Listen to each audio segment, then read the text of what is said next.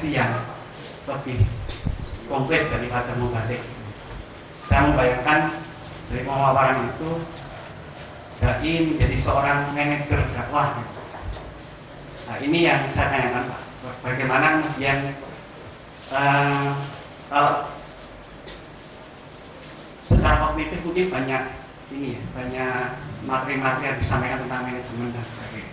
Tapi bagaimana secara itu pengetahuan kognitif itu betul-betul terinternalisasi dalam diri seorang dai dan kemudian berbuah menjadi sebuah visi, kemudian melahirkan misi dan gerakan-gerakan perubahan, sampaikan Pak Jazir tadi. Kemudian yang kedua, di paparan tadi saya tersirat melihat ada sebuah visi yang dimunculkan dari Pak Jazir. Tapi kemudian bagaimana seni untuk menyamakan visi itu pada Pak Takmil itu kan bidangnya sendiri ya. Jadi nanti sebagai dai ya juga bisa bagaimana seninya seluruh stakeholder masjid itu bisa satu visi dan punya cita-cita yang sama. Mungkin pertanyaannya itu dari saya, dan sekali lagi dengan kalau Khairan atas pemaparannya dan waktunya bisa berkenan hadir pada pembukaan sekolah dari pada kesempatan lagi. Assalamualaikum warahmatullahi wabarakatuh. Namanya siapa? Asli, Pak. Terima kasih, sangat bagus. Ya memang dai itu ada unsur leadership, imamah, kepemimpinan ya. Jadi bukan sekedar intelektual. Jadi kalau mubalik itu kira-kira intelektual, ya punya konsep, punya ilmu. Tapi kalau dai itu lebih banyak pada faktor leadership. Jadi dia punya kepemimpinan. Dia imam.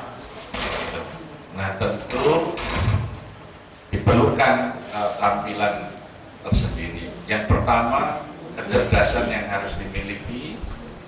Yang pertama adalah kecerdasan intra dan interpersonal. Artinya dia memiliki apa yang disebut dengan simpati dan empati. Karakter pemimpin itu kan peka terhadap persoalan orang lain, peduli. Nah, ini peduli. Jadi dai itu harus memiliki modal peduli. Ini misalnya kita berangkat ke masjid, kok masih ada yang kita lewat, dia muslim kok masih di rumah, masih pakai celana pendek, kayaknya sudah dengar azan belum ada kan? Maka empatinya harus timbul. Berhenti, mas, ayo, dulu. Paling tidak dia bergerak, kita sekedar cuek aja lewat kan gitu. Kalau mau balik lewat aja meskipun dia tahu ayatnya, mengajak, tapi tetangganya yang muslim tidak pernah ke masjid juga nggak pernah diajak. Ya, kan ada mau balik yang terkenal tonggone rung sholat atau diparani. Paling dirasani yang mimbar. Itu tanya membalik. Tapi kalau dai dia nggak bisa seperti itu. Maka dia pasti akan datang, mas. Kok sholat ya walaupun berjaya. Ya bagaimana caranya tidak menyinggung perasaan, tapi action. Ini karena tergerak kecintaan, berangkat dari cinta. Kan kalau kita sudah merasakan nikmatnya Islam, fa'asbahtum binikmati iwan, kemudian kita ingin berbagi nikmat itu kepada orang lain. Ini dari itu ada empatinya, jadi dia tidak cuek terhadap keadaan lingkungan. Ada gadis yang sudah remaja, roknya mini, ya, jangan melakuk di luar.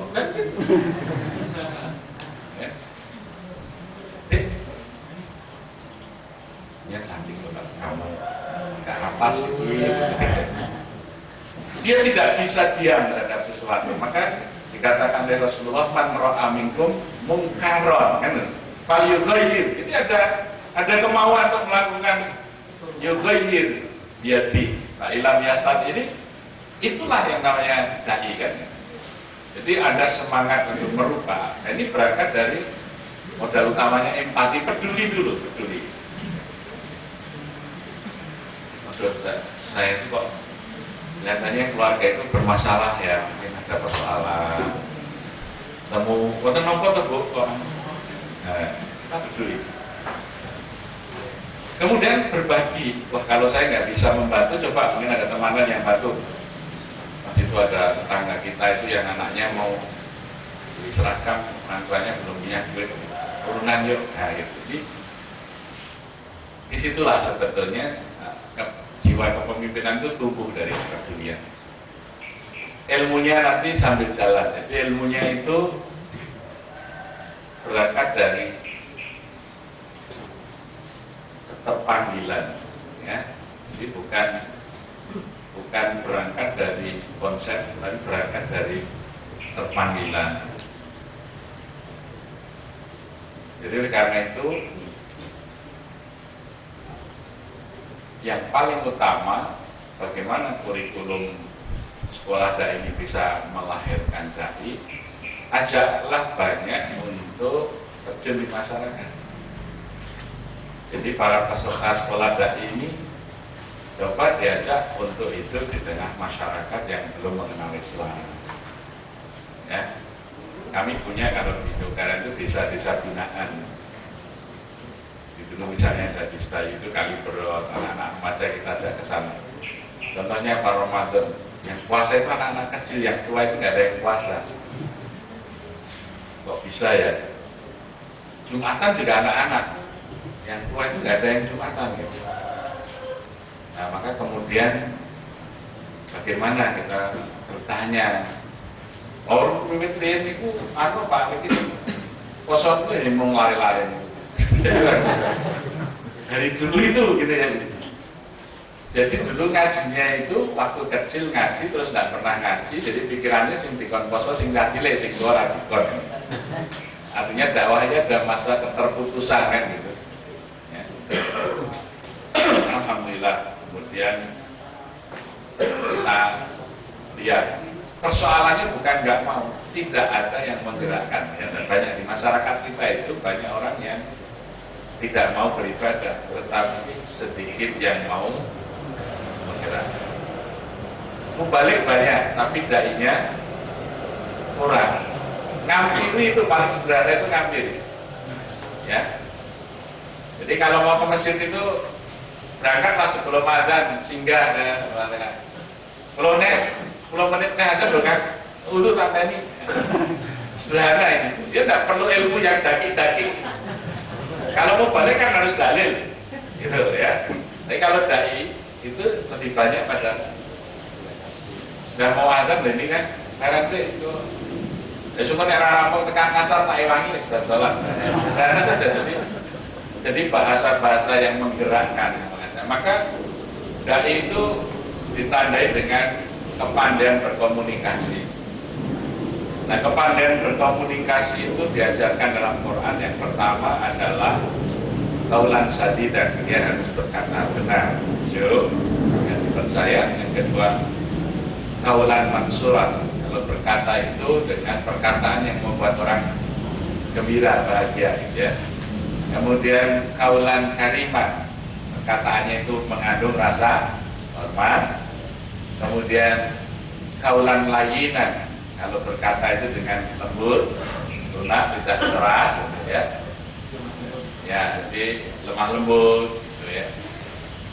Nah, sebenarnya metode ini dalam Al-Quran ada qaulan sadidan, qaulan kariman, qaulan mansuron, qaulan layyinan. Itu kan semuanya ada dalam Quran. Itu tinggal aplikasinya.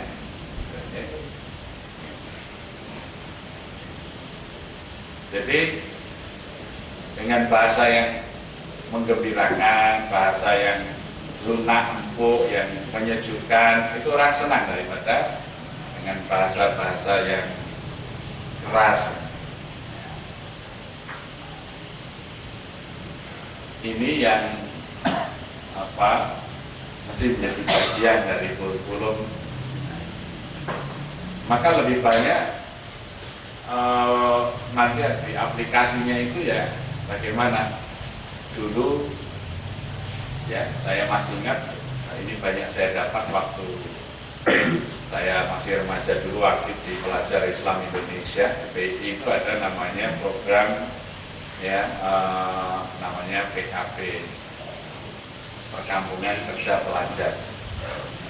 Jadi dulu kader PI itu habis training dia ditempatkan di keluarga-keluarga di desa itu, ditugaskan untuk mendakwai keluarga di mana dia tinggal. Saya waktu itu ditempatkan di Sidoarjo, keluarga penderes lapas. Yang kita di situ kita bayar, tinggal di situ setengah bulan. Nah, sejak awal Ramadan sampai pertengahan Ramadan, ngejak sampai sahur nanti, ternyata mau sahur nggak punya beras gitu. Kita lapor ke koordinator itu keluarga yang saya ikuti nggak ada beras. Nanti ada yang kasih beras, nanti beras untuk sahur. Nah, nanti kita mau sahur ngajarin doa, ngajarin niat puasa waktu itu lah kira-kira itu. Nanti ngajak jamaah subuh anak-anaknya, kalau bisa yang ngajak bapaknya gitu. Jadi sehingga di sini kita bisa menghayati kehidupan orang susah, kayak mikir agama, mikir gendel aja ya, itu kan untuk bisa makan aja sulit, apalagi kok mikir agama masih padahal sebenarnya orang miskin itu lebih memerlukan agama sebetulnya. Ya, nah, ini yang saya dulu merasa bahwa perkampungan kerja pelajar. Ya, kalau mahasiswa itu kemudian ada KKN, tapi lebih dulu sebelum ada KKN itu PI itu punya program begitu, menempatkan anak-anak SMP, SMA yang di training tugasnya tinggal di rumah-rumah di desa. Dan bagi saya sangat berkesan dan kemudian menjadi sangat peka. Kita nggak bayangin kalau di rumah itu waktu itu SMP kita pulang ke rumah sayur belum masak rasanya sudah mau marah. Tapi melihat anak orang miskin yang kita tinggal di situ, nah, kalau kita cuma belum dimasak, belum makan, lainnya belum ada yang dibeli, kan belum ada uang, kita lebih bisa menghayati, gitu kan? Nah, jadi saya kira kader-kader dai harus coba nanti ditempatkan di partai yang coba di Gunung Kidul kita ngajar itu susah, air susah, wudhu gitu ya. Pelajaran pertama mandi besar, itu susah lagi. Misalnya ya tayamum ya kan, Islamnya angel banget, harus sholat itu dan ubah ini kan sesuatu yang kepekaan ya. Jadi, nah itu basicnya seperti itu. Jadi diharapkan ada mungkin masa berapa lebih nanti bulan Ramadan bisa ditempatkan di kampung-kampung yang Islamnya belum terasa, seperti keluarga yang memang belum sholat, dipilih keluarga yang ditinggal itu yang belum tahu Islam, bukan malah keluarga yang sudah mapan kan gitu ya. Tapi jangan membebani, jadi panitia itu mensubsidi rumahnya. Nah sekarang di TV sekarang dibuat, saya kira itu juga salah satu mungkin teman yang dulu pernah. Karena itu acara TV saya pernah lihat berapa kali, judulnya nggak salah, seandainya aku menjadi ya. Nah, mahasiswi tinggal di rumah orang miskin, tidur di situ. Nah itu kira-kira lah gitu. Itu bagus sekali untuk apa. Nah, jadi kita tidak kemudian dengan mudah menganggap orang ini sumum pun menyumpah diajak tidak pernah mau ya. Padahal kita baru menyeru belum mengajak kan.